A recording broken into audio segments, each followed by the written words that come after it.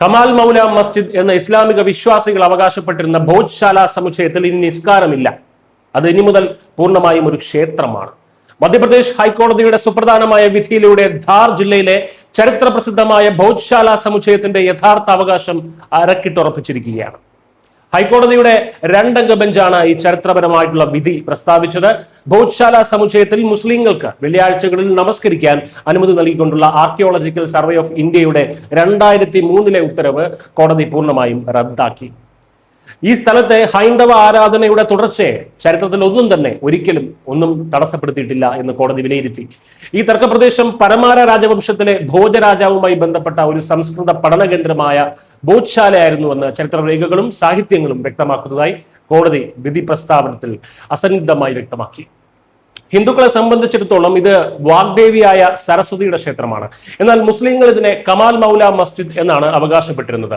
2003 ഉണ്ടാക്കിയ ഒരു താൽക്കാലിക ക്രമീകരണം അനുസരിച്ച് ഹിന്ദുക്കൾക്ക് ചൊവ്വാഴ്ചകളിൽ സൂര്യോദയം മുതൽ അസ്തമയം വരെ പൂജ ചെയ്യാനും മുസ്ലിങ്ങൾക്ക് വെള്ളിയാഴ്ചകളിൽ ഉച്ചയ്ക്ക് 1 മണി മുതൽ 3 മണി വരെ നിസ്കരിക്കാനും അനുമതിയുണ്ടായിരുന്നു.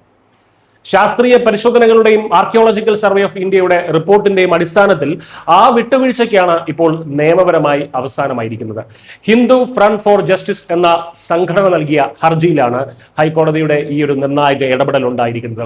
കോടതിയുടെ നിർദ്ദേശപ്രകാരം 98 ദിവസത്തെ ശാസ്ത്രീയ സർവേ നടത്തിയ ASI 10 വാല്യങ്ങളിലായി 2000 പേജുകളുള്ള വിശദമായിട്ടുള്ള റിപ്പോർട്ടുകളാണ് സമർപ്പിച്ചത്. സർവേയിൽ 39 തകർന്ന വിഗ്രഹങ്ങൾ ഉൾപ്പെടെ 1710 പുരാവസ്തുക്കൾ കണ്ടെത്തി.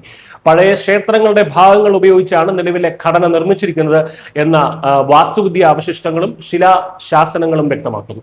സനാതന ധർമ്മവുമായി ബന്ധപ്പെട്ട ചിഹ്നങ്ങളും നാണയങ്ങളും ഇവിടെ നിന്ന് ലഭിച്ചിട്ടുണ്ട്. വിധിയെ ചരിത്രപരമെന്ന് വിശേഷിപ്പിച്ച അഭിഭാഷകൻ വിഷ്ണു ശങ്കർ ജെയിൻ ലണ്ടൻ മ്യൂസിയത്തിലുള്ള സരസ്വതി വിഗ്രഹം തിരികെ കൊണ്ടുവരാൻ സർക്കാരിനോട് കോടതി ആവശ്യപ്പെട്ടിട്ടുണ്ടെന്നും ചൂണ്ടിക്കാട്ടി. അതേസമയം പള്ളി നിർമ്മിക്കാൻ മുസ്ലിം വിഭാഗത്തിന് മറ്റൊരു സ്ഥലം അനുവദിക്കാൻ സംസ്ഥാന സർക്കാരിനോട് കോടതി നിർദ്ദേശിച്ചിട്ടുണ്ട്. വിധിക്കെതിരെ സുപ്രീം കോടതിയെ സമീപിക്കുമെന്ന് ധാർ നഗരത്തിലെ ഷഹർ ഖാസി വഖാർ സാദിഖ് വ്യക്തമാക്കിയിട്ടുണ്ട്.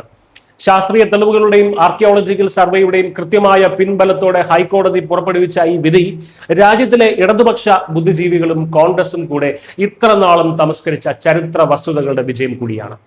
വർഷങ്ങളായി തുടരുന്ന തർക്കങ്ങൾക്ക് നിയമപരവും ആധികാരികവുമായ ഒരു തീർപ്പ് കൽപ്പിച്ചുകൊണ്ട് ഭോജ്ശാല സമുച്ചയത്തിന്റെ യഥാർത്ഥ പൈതൃകം ഈ വിധിയിലൂടെ തിരികെ ലഭിച്ചിരിക്കുകയാണ്. News desk.